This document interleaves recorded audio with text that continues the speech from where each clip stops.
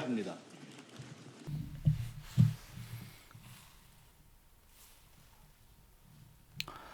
팀 켈러의 기도 24년 12월 9일 기도를 돕는 그 사람 매일 묵상. 오늘 팀 켈러의 기도를 좀 배우는 시간입니다. 우리가 지금 이렇게 기도하라 할 때 이제 스트러글 기도를 이제 하나님께 아주 씨름하는 거라고 이제 이야기하고 있습니다. 그러니까 하나님은 기도를 들으시기로 작정하셨다, 이렇게 이제 번역을 했는데, 더 파워 플레이어즈, 기도의 힘을 좀 알고 기도하라는 겁니다. 그러니까 그때 더 우리가 스트러글하게 계속 하나님의 도우심을 간구할 수 있는 거죠. 성경에 기록된 역사적인 사건들을 살펴보면 기도의 힘에 관한 약속들이 가득하다 할 때 그 첫 번째 예로 야고보서가 나옵니다. 믿음의 기도는 병든 자를 구원하리니 주께서 그를 일으키시리라. 혹시 죄를 범하였을지라도 사하심을 받으리라. 그러므로 너희 죄를 서로 고백하며 병이 낫기를 위하여 서로 기도하라. 의인의 간구는 역사하는 힘이 큼이니라. 의인의 간구는 죄를 고백하게 하고 그리고 병을 낫게 하는 역사하는 힘이 크다, 이렇게 얘기합니다. 기도는 아주 병을 낫게 할 만큼의 능력이 있다, 이렇게 얘기하죠. 그러면서 이제 엘리야를 소개합니다. 엘리야는 우리와 성적이 같은 사람이로되 우리랑 똑같은 사람이라는 거죠. 그 엘리야가 누굽니까? 그러니까 비가 오기를 기도했을 때 이 850대 1의 싸움에서 승리했던 그런 능력의 사람입니다. 엘리야가 기도하니까 하나님이 기상을 움직여서 하늘에서 비를 내려주셨다는 거예요. 그런 엘리야가 얼마나 대단한 사람이냐. 그러나 그는 우리와 똑같은 인간이었다. 그가 비가 오지 않기를 간절히 기도한즉 3년 6개월 동안에 비가 오지 아니하였고 다시 기도하니 하늘이 비를 주고 땅이 열매를 맺었느니라. 그러니까 기도라는 것이 얼마나 능력이 있는지를 보여주죠. 엘리야는 아주 특별한 사람이어서 그가 그렇게 한 것이 아니야. 그가 기도할 때 하나님께서 그 기도를 통해서 그렇게 일하셨다, 그렇게 이야기하고 있습니다. 그러면서 어떤 딜레마가 있죠. 하나님이 친히 역사를 주관하시는 분이신데 인간의 기도와 행동이 일정 부분 역사를 책임지게 하시는가? 하나님이 오늘 하루의 모든 천체와 우주를 인도하시는 분이신데 엘리야가 기도하니까 비가 안 왔다가 비가 왔다가 하니까 그럼 그 부분은 엘리야가 좀 이렇게 엘리야에게 위임을 좀 하셨나? 이거죠. 하나님이 전체를 주관하시는데 왜 인간의 기도와 행동이 그런 역사를 이뤄내는 거죠. 이것을 기도의 신비다, 이렇게 얘기합니다. 기도가 신비로운 거죠. 그런 상황들이.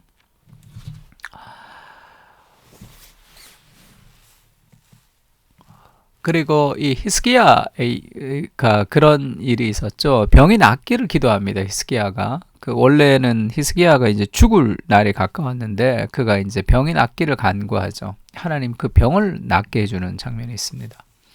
너는 가서 히스기야에게 이르기를 내 조상 다윗의 하나님 여호와께서 이같이 말씀하시기를 내가 내 기도를 들었고 너의 눈물을 보았노라. 내가 내 수한에 15년을 더하고, 그러니까 죽어야 되는데 15년을 더 살도록 해주신 거예요. 그러면서 이사야서 38장 21절에는 이사야가 이르기를 한 뭉치 무화과를 가져다가 종초에 붙이면, 상처에 붙이면 왕이 나을 것이다, 이렇게 나아버렸습니다. 이런 아주 신비로운 이 기도를 통해서 이루어지는 그런 신비로운 일들이 이제 성경 안에는 기록되어 있는 거죠. 어째서 이를 현실적인 신비라고 부르는가? 여기서 배워야 할 가르침이 있는데 크리스찬의 기도는 굉장히 중요하다는 거죠. 우리가 구하지 않으면 얻지 못한다, 이렇게 얘기하니까 우리는 기도하는 것은 굉장히 중요합니다. 근데 하나님의 지혜로운 계획은 주권적이며 어긋나는 법도 없다는 사실이죠. 우리가 기도하면 하나님이 들어주신다고 했는데 하나님의 계획은 주권적이고 어긋나는 법이 없어요. 그러면 우리가 기도할 때 하나님이 들어주신다는 것이 무슨 말인가? 하나님이 어긋남이 없이 하나님이 다 인도하시는데 우리의 기도를 통해서 역사하신다는 건 도대체 어떤 것이냐? 충돌하잖아요. 이 두 가지가. 이 두 가지 요소가 어김없는 진리고 서로 충돌하지도 않으며 그럴 수 있다는 사실 자체가 신비다. 원래 논리적으로 좀 말이 안 되죠. 하나님이 모든 것을 주관하시는데 우리가 기도하면 그 기도를 듣고 어떤 역사가 이루어진다는 것이요. 하나님은 만사를 처음부터 끝까지 통제하고 계시죠. 다 하나님 뜻대로 이루십니다. 그러나 인간의 행동과 인간의 기도를 통해서도 일하시죠. 이 둘이 다 사실이라면 열심히 노력하고자 하는 의욕이 솟는 동시에 내가 기도하면 하나님 들어주시니까 하나님의 변하지 않는 두 팔로 떠받쳐 주심을 늘 감지할 수 있다. 내가 기도하면 하나님이 들어주시고 그리고 또 하나님의 주권 아래 이것이 통제되고 있다는 것이 주는 삶의 안정감이 동시에 있는 거죠. 하나님이 모든 것을 계획하시면 내가 기도 안 해도 될 것 같은데 또 내가 기도를 하면 하나님이 들어주신다고 하면서도 하나님의 주권 아래 이 세상이 다 있다고 하는 이 두 가지 딜레마를 하나님의 차원과 인간의 차원이 다르기 때문에 우리의 지혜와 지식으로는 도저히 이해할 수 없는 세계죠. 그러나 성경은 이 두 가지가 다 중요하다고 얘기합니다. 이율 배반적인 이 두 가지가 함께 동시에 존재한다는 거죠. 기도의 힘이 통제하는 대로 일정 부분 세상이 움직이게 하신 것이다. 기도가 강력하며 영향력이 있는 까닭은 여기 있다. 하나님이 주권적으로 인도하시지만 그 하나님의 주권 아래는 기도를 통해서 일하시는 그런 은혜들을 우리가 이제 가지고 있는 거죠.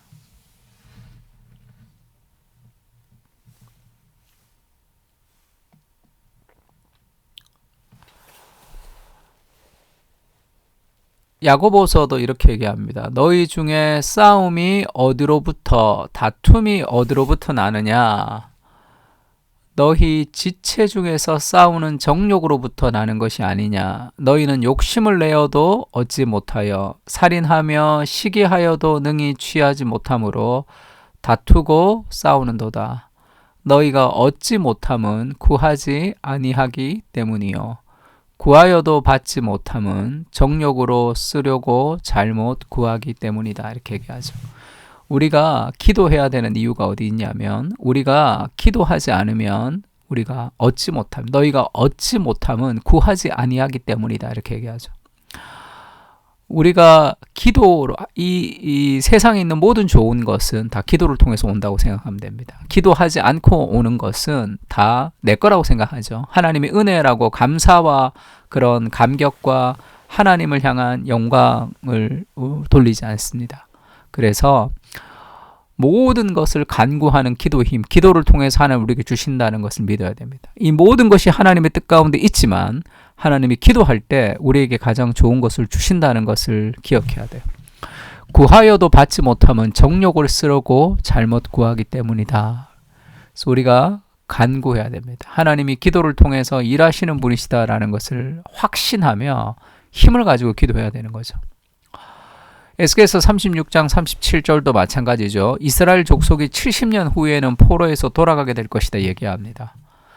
주 여호와께서 이같이 말씀하셨느니라. 그래도 이스라엘 족속이 이같이 자기에게 이루어 주기를 내게 구하여야 할지라 이렇게 얘기하죠.